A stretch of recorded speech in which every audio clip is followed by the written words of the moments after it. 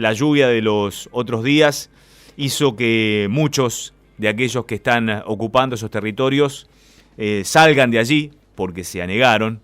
La cuestión es que tal vez retornen en las próximas horas cuando las condiciones así lo permitan. Pero lo grave de la situación es que puede haber violencia en un desalojo que está programado para el próximo jueves. En eso están trabajando las autoridades de la provincia de Buenos Aires, que tienen un canal abierto con los referentes de las agrupaciones sociales y políticas que activamente trabajan con los que están ocupando aquellos terrenos a los que hacemos referencia en la localidad de Guernica, partido de Presidente Perón. Uno de los referentes del Frente de Organizaciones en Lucha, FOL, que justamente está operando allí en Guernica, se llama Ricardo Paolaza y está en contacto ahora con nosotros. ¿Qué tal, Ricardo? Buen día. Gabriel Prosperi te saluda. ¿Cómo estás? Hola, Gabriel. ¿Qué tal? Buen día. ¿Cómo estás?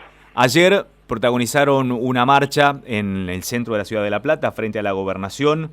¿Qué fue lo que les respondieron, o en todo caso, qué fue lo que ustedes le reclamaron a las autoridades si es que los atendieron? Bueno, no nos atendieron. Se pedía la posibilidad de tener una reunión reducida con Kicillof para plantear ahí algunas propuestas para salir de esta situación que vos bien describiste recién. Encontrar una salida técnica, una salida que evite el desalojo, ¿no? Que vislumbramos como un escenario violento, totalmente indeseado, totalmente como desfavorable para las familias que están ahí. ¿Y cuál sería la salida técnica? ¿Cómo? ¿Cuál sería esa salida técnica? Bueno, en realidad, hay muchos instrumentos desde las herramientas urbanísticas que se disponen con la legislación actual. El principal elemento es la ley 14449, que es una ley del año 2013, llamada Ley de Acceso Justo al Hábitat, que prevé un montón de instrumentos para poder avanzar con generación de suelo urbano para finalidad social, lotes con servicios, etcétera, etcétera, y que prevé la incorporación de terrenos, digamos, de diferentes situaciones, ¿no? Cuando hay terrenos baldíos que están en estado ocioso durante muchísimo tiempo, como es una buena parte de los terrenos que están siendo ocupados por las familias en Guernica, 42 hectáreas de las aproximadamente 98 están en esa situación y el gobierno ya sabemos que las tiene en agenda para urbanizar. Es decir, la mitad de las hectáreas que están ahí, para que se entienda, sí, van a ser urbanizadas para loteos sociales. Entonces no tiene sentido desalojar violentamente a las familias para después en ese mismo lugar volver a desarrollar ese proceso. Perfecto, Después, o sea, la mitad del territorio que hoy está ocupado sería terreno fiscal que podría destinar la provincia de Buenos Aires para urbanizarlo, para construir viviendas. Sí, no en todo caso habrá que ver si todos los que están ocupando el territorio podrían eventualmente ingresar en ese proyecto urbanístico, ¿no? Claro, porque obviamente el desalojo también es un borrón de la situación actual y después, no hay certeza de si esas familias van a poder acceder o no. Obviamente con los criterios pertinentes, ¿no? Ninguna familia que tiene otra propiedad no va a acceder a ese terreno, ¿no? Eso lo prevé la ley y el Estado tiene herramientas suficientes. Nadie está queriendo hacer avivadas ni mucho menos. El tema es que si vos desalojás las familias, después, no va a haber manera de hacer valer ese derecho. Y sobre todo, más allá de eso, lo que más se teme es la violencia, ¿no? Que tiene un desalojo de esta magnitud con Bernie a la cabeza. Realmente el escenario es bastante temerario. Después hay otra cosa que quería agregar, que el resto de las hectáreas son hectáreas que están reclamadas por un emprendimiento inmobiliario, que es el barrio San Cirano, que esta ley, la ley de acceso justo al hábitat, la 14449, prevé que cada desarrollo inmobiliario que genere nuevo suelo, ¿no? Para urbanización, por ejemplo, de grandes emprendimientos inmobiliarios, como es el caso de un barrio cerrado, tiene la obligación de ceder el 10% de su superficie justamente para esta generación de suelo urbano, como una manera un poco de compensar, ¿no? la necesidad de vivienda a la vez que se habilita el desarrollo de estos emprendimientos. Eso no es que estamos, no es que es un proyecto de ley o que se está buscando, eso es la legislación actual vigente. La legislación actual vigente prevé eso, que todos los barrios cerrados posteriores al año 2003 tienen que ceder 10% de la superficie que van a movilizar, o bien una compensación equivalente económica, ¿no? Para que las intendencias puedan tener políticas de generación de suelo y que justamente no suceda esto que estamos teniendo en Guernica. Pero la intendenta de presidente Perón, ¿sabe esto? ¿Lo han dialogado ustedes con ella? Sí, bueno, Blanca Cantero tiene una posición, digamos, muy dura, ¿no? De criminalización, o sea, obviamente ella conoce los dispositivos legales que habilitan este tipo de intervenciones, de ahí que esté de acuerdo en ejecutarlos es otra cosa. Y después además hay agravantes, porque por ejemplo, este barrio cerrado, San Cirano, está fuera de la norma. O sea, son barrios ilegales, para que se entienda. Es una situación rara, ¿no? Porque a veces uno, ve ese desarrollo inmobiliario y asume, que es un emprendimiento económico, pero cuando uno va a los papeles, en realidad están fuera de la ley. No tienen estudios de impacto ambiental, no están inscriptos. El propio gobierno ayer lo mencionaba, es uno de los barrios que está fuera de la norma. Barrio San Cirano, Barrio Parque de las Naciones, tienen diferentes inconsistencias legales. Eso una cosa no quita la otra, digo, ¿no? Claro. Pero separemos las aguas, porque ya nos ocuparemos de eso, y es una temática a abordar no solamente aquí en Guernica, sino seguramente en muchas otras regiones. Por ejemplo, tenemos los ejemplos en la zona de Mercedes, Luján, con ingentes proyectos urbanísticos que han remodelado humedales, cursos de arroyos y que han provocado inundaciones nefastas en toda esa zona. Eso es una temática que seguramente tendrá tiempo de abordarse. Ahora, ¿por qué la política de primero ocupar masivamente y después negociamos? Me refiero a la toma de terrenos. Bueno, lo que pasa obviamente que hay una necesidad, entiendo que hay una necesidad, pero también hay ciertos negocios, entre comillas, de mucha gente que aprovecha justamente la necesidad de la inmensa mayoría de esas personas que están ahí, ¿no? Bueno, eso creo que es a ver, yo recién escuchaba atentamente a Roberto Gianelli comentando, ¿no? los montos de los emprendimientos como para poder comercializar, y vos mismo le decías lo inalcanzable que es para buena parte, ya no del sector laburante, digamos, más precarizado, sino incluso de las clases medias. Sí. ¿Verdad? Yo tengo familia en La Plata, o sea, mis primas, o sea, padecen mensualmente para llegar a pagar pequeños alquileres para poder estar con sus familias. Realmente el mercado inmobiliario se ha ido constreñiendo cada vez más, y cada vez es más difícil acceder por la vía formal del mercado a un lote, ni siquiera ya a una vivienda, es muy complicado. Recién escuchaba los montos, ¿no? $50.000 o al menos 20.000 para poder avanzar con un proyecto de vivienda. Eso es totalmente inalcanzable hoy en día. Después, una cosa con lo que mencionás, es que se ha instalado falsamente como una línea de que las organizaciones lo llevaron adelante. Mirá, yo soy docente yo no digo las organizaciones, yo no digo las organizaciones. De geografía urbana de la Universidad de Buenos Aires, de gestión urbano-ambiental en la UMED, o sea, me dedico a estos temas. Yo llego al barrio, a esta toma, el 23 de julio, porque me llaman amigos, conocidos. Yo soy de Lonchamp, de zona sur, vengo de una familia laburante, qué sé yo, tengo muchos amigos acá de la zona, mucha gente desesperada se metió. Está bien, yo soy miembro del Frente de Organizaciones en Lucha, me acerco un día porque tenía compas que estaban ahí con los pies en el agua. Realmente no hubo ninguna dirección. Ojalá lo hubiera habido, porque yo como urbanista, digo, cuando vos llegás a esos lugares te agarrás la cabeza, porque no hay calles, por ahí hay zonas que conviene dejar en franjas para el día de mañana, que haya una escuela, o sea, caótico. O sea, realmente no hubo dirección, eso es falso, es una cosa que se fue instalando. Lo que se generó es que muchas organizaciones, sobre todo las organizaciones de corte piquetero, llamemos, tienen, digamos, muchos componentes en estas bases que estuvieron ahí. Prácticamente todas las organizaciones barriales han tenido compañeros, por lo general compañeros nuevos, que no estaban tan... que se mandaron. ¿Está bien? En esa toma hay policías que han ido a ocupar, en esa toma hay estudiantes, o sea, realmente expresa una necesidad de vivienda que no se está pudiendo cubrir, agravada de una manera tremenda por la situación de la crisis de la pandemia. ¿Y por qué ahí? ¿Por qué en ese territorio específicamente? Porque había un rumor de que eran terrenos, de que se iban a justamente pasar a finalidad social. Y hay ¿cómo decir? Hay como una especie de falso saber popular de que cuando hay un terreno que se supone fiscal, si se lo ocupa, después el Estado lo regulariza. Y eso no es así, de cada 20, 25 intentos de ocupación sobrevive uno. ¿Está bien? La gente, digamos, el nivel de información que se maneja fue muy rudimentario, pero una vez que se empieza a meter las familias, se genera una especie de estampida. Entonces, esos terrenos que estaban sospechados de poder llegar a regularizarse son estas primeras hectáreas que te decía, pero después las familias avanzaron sobre terrenos lindantes que realmente es muy difícil identificar dónde empieza uno y dónde termina, que son, por ejemplo, los del barrio los que reclama el barrio San Cirano. Ahora, yo estuve ahí y las casas son realmente muy precarias, es decir, databan de apenas unos días. No es que había construcciones como uno puede decir una barraca pequeña que ya con maderas, chapas y cierta estructura, digamos, un poco más firme. Eran realmente apenas unos amasijos con lona, como podían, con nylons, con unos palos, digamos, con unas carpas. Eran muy precarias, digamos. Estaban como, no sé si fue en un espacio de tiempo muy largo, como el que vos te referís o das a entender, Ricardo, de que fue un grupo primero y después se fueron sumando, dando a entender que ese primer grupo, entonces, bueno, pudo haberse instalado un poquitito más concretamente y hacer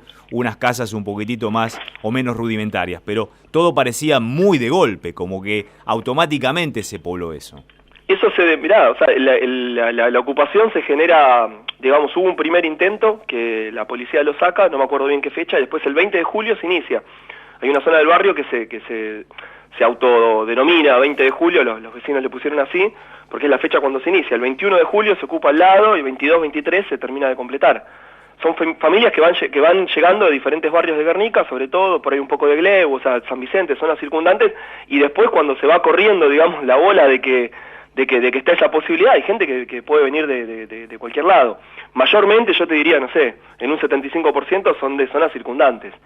Después, esto que vos mencionás de la precariedad, no sé bien qué fecha estuviste, una pena, te invito a que si volvés a andar por ahí, caminemos, recorramos también para charlar un poco con los vecinos y eso, pero sí, los primeros días, yo cuando llegué, yo me quería matar, me agarraba la cabeza, había, no sé, me quedó la imagen de un hombre envuelto en un nylon de estos negros que debes haber visto, justo era invierno más crudo, ¿no? Porque ahora estamos saliendo un poco del frío, durmiendo directamente sobre el piso con la helada, justo era una noche que había caído una helada terrible, yo llegué a las 7 de la mañana y realmente la imagen es como desgarradora. Después, con el correr de los días, se fue consolidando un poco, pero hay que recordar que hay una medida judicial que es una cautelar de no innovar, ese es técnicamente cómo se llama. No innovar quiere decir que no puede entrar nueva gente a la toma, ni tampoco pueden permitir el ingreso de materiales, con lo cual la consolidación de esas unidades habitacionales, de esas pequeñas chocitas, parapetos que vos fuiste viendo, es muy dificultoso. Hay más o menos 1000 denuncias, mirá el número que te estoy diciendo, de 2000 familias que haya 1000 denuncias de incautación de materiales. Que eso está dentro de la legalidad porque el juez así lo dispuso, digamos, pero muchas familias intentan entrar, por ejemplo, un tirante, una lona, lo que sea, y la policía los detiene y se las incauta, y si van con vehículos, también detiene los vehículos. Pero si lo hacen 1000 al mismo tiempo, va a ser imposible. Lo que pasa es que no es algo, justamente es una demostración de que no es algo organizado, es por goteo. ¿No? Viene una familia, contrató un flete, vienen entrando chapas, y por ahí, tac, los detienen. Y otro, a lo largo de muchos días. Y igualmente, si vos hoy vas al barrio, vas a ver que hay muchas casas ya armadas, no de material. Hay uno que está haciendo ahí como un encadenado, qué sé yo cómo hizo, pero la mayoría son casillas que se van armando sobre palafitos levantadas por el tema de las lluvias, y muchas son carpas todavía, o son parapetos con lonas. La gente va viviendo ahí, digamos, como puede. Ahora, una vez que se arriba un acuerdo, esperemos, hay 48 horas todavía antes del desalojo. Si esperemos que no se dé con violencia, pero ¿a dónde va toda esa gente que va a ser retirada de allí? Si hay un desalojo. Si hay un desalojo pacífico o violento, pero quiero decir, ¿a dónde va esa gente? El desalojo, digamos, independientemente es un tema aparte, ¿no? O sea, puede ser más violento. Yo me cuesta imaginar que no sea violento, pero esperemos que ¿dónde va esa gente? Y a ningún lado. A ningún lado, Gabriel. Lamentablemente no es que hay una respuesta alternativa. Las situaciones son muy diversas. Hay gente, qué sé yo, un vecino ahí que conocí uno de los primeros días, que te digo, estaba durmiendo en la calle directamente, y ese se va a quedar ahí hasta el final, digamos, lo van a sacar, porque es el único lugar que tiene, lo que armó ahí. Y bueno, esa persona volverá a la calle. Otro que estaba hacinado en la casa de un familiar volverá ahí a apretujarse en alguna pieza en el fondo. Algunos intentarán seguir pechando los alquileres, que están, digamos, con niveles cada vez más inaccesibles, pero no es que hay una alternativa planteada sobre la mesa. La gente, para que se entienda, no es un reclamo, digamos, con afanes revolucionarios, ni mucho menos. La gente está diciendo, queremos pagar el terreno, o si hay otro terreno en otro lugar, nos vamos a esos terrenos, ¿no? No es que hay una cosa intransigente, ruda, de querer ir al conflicto, para nada. O sea, lo que se está pidiendo desde el día 1 es que se pueda abrir una mesa de negociación, que esas tierras que están muy flojas de papeles, o que esas franjas del country que están fuera de la ley, que están en infracción, no se está diciendo que se lo saquen y nos lo regalen, están pidiendo que se abran instrumentos que permite la actual legislación para que esos vecinos puedan pagar.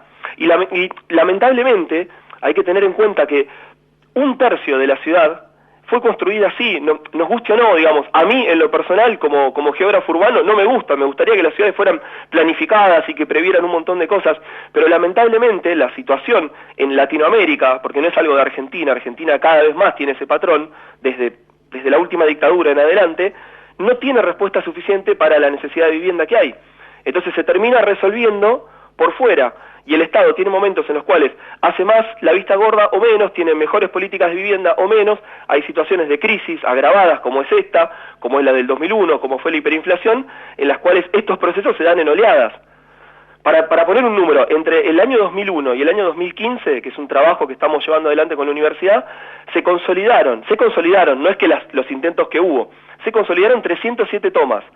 307. Estamos hablando de diferentes gestiones, pues esto no es ni contra Kicillof, ni contra Macri, es independiente, es como un dato específico. 307 tomas que, si agregás la superficie, es equivalente a Vicente López.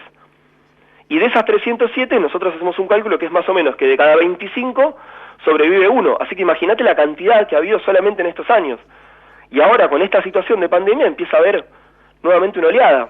A los que toman los terrenos de los que estamos hablando para retomar la charla con Ricardo Paulaza, es referente del Frente de Organizaciones en Lucha. Para los que toman, ¿queda abierta una causa judicial particular para cada uno o no?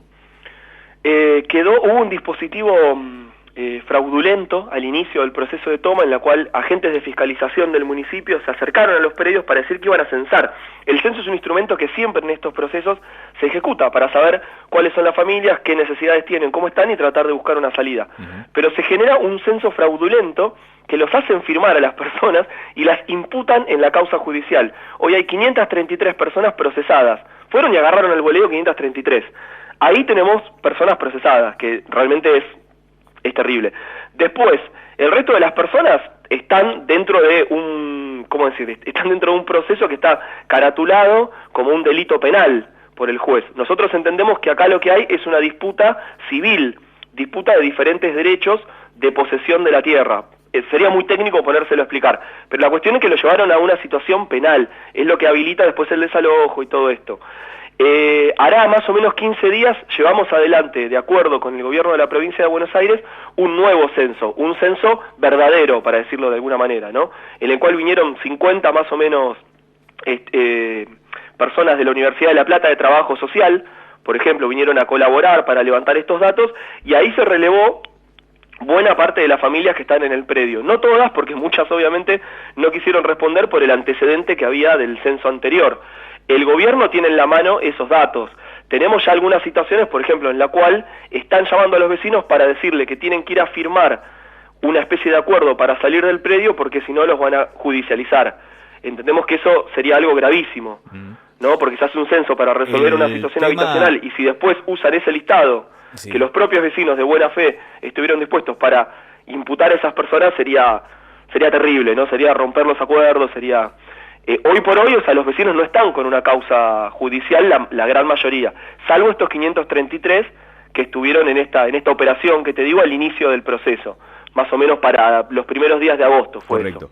El tema es que como la toma de Guernica es efectivamente una bisagra en el tratamiento de esta temática, seguramente habrá muchos sectores que presionan para que sea también un hecho que de alguna manera sea una vara para lo que quede por delante. Por lo tanto, no estarían mirando con malos ojos que haya escenas de violencia para escarmentar a aquellos que el día de mañana opten por la situación de desesperación, de no tener vivienda y tomar un terreno que le es ajeno. Ojalá que esa presión que pueda haber porque haya imágenes de violencia lamentables no se dé, no triunfe, y que triunfe la negociación, el diálogo, los recursos técnicos que, como vos explicaste recién, Ricardo, están a la mano como para hacer frente a esta situación, y que de aquí en adelante, si este es efectivamente un caso bisagra, se tome la crisis habitacional en la provincia de Buenos Aires con las riendas suficientes como para prevenir y no tener que estar viendo cómo primero se ocupa un terreno y luego se negocian estas diferentes instancias de las que estuvimos hablando. Al menos eso es lo que creo se tiene que estar tratando y muy atentos desde todos los lugares, desde la propia toma, desde ustedes que son referentes y voces de los que están allí y también de las autoridades de la provincia de Buenos Aires, para que no triunfen aquellas voces, aquellas intenciones de que escarmienten de una vez por todas a estas personas y les den palo. Directamente hay gente que está pugnando porque les den palo para que de alguna manera esas imágenes puedan servir, reitero, de escarmiento hacia futuro. Ojalá que no ocurra. Exactamente. Bueno, sí, yo creo que el desenlace que tenga el caso de Guernica, por más que es uno entre miles, va a sentar un precedente, ¿no? Y lo que nosotros queremos es que siente un precedente que no sea el desalojo, que no sea un precedente violento y que de alguna manera esto pueda servir para poner sobre la mesa, para poner en agenda la grave crisis habitacional que no es de ahora, ni es del 90, es una cosa que se viene generando hace muchos años y que de alguna manera, como vos bien decís, la política apropiada es ganarle de mano a estas situaciones, no ir corriendo detrás de las crisis urbanas que se nos van generando, sino tener una política incisiva de generación de suelo urbano, de viviendas, etcétera, para no tener que llegar a estas instancias, ¿verdad? Ojalá. Es un poco el lineamiento nuestro. Totalmente. Ojalá que ese sea el lineamiento de aquí hacia el futuro, por el bien principalmente de esas miles de personas que están allí pisando el frío, el barro, que apenas tienen un cobijo para pasar una noche. Realmente inhumano. Muchas gracias, Ricardo Palaza. Gabriel, muy amable. Un abrazo grande y saludos a la audiencia. Gracias, un abrazo.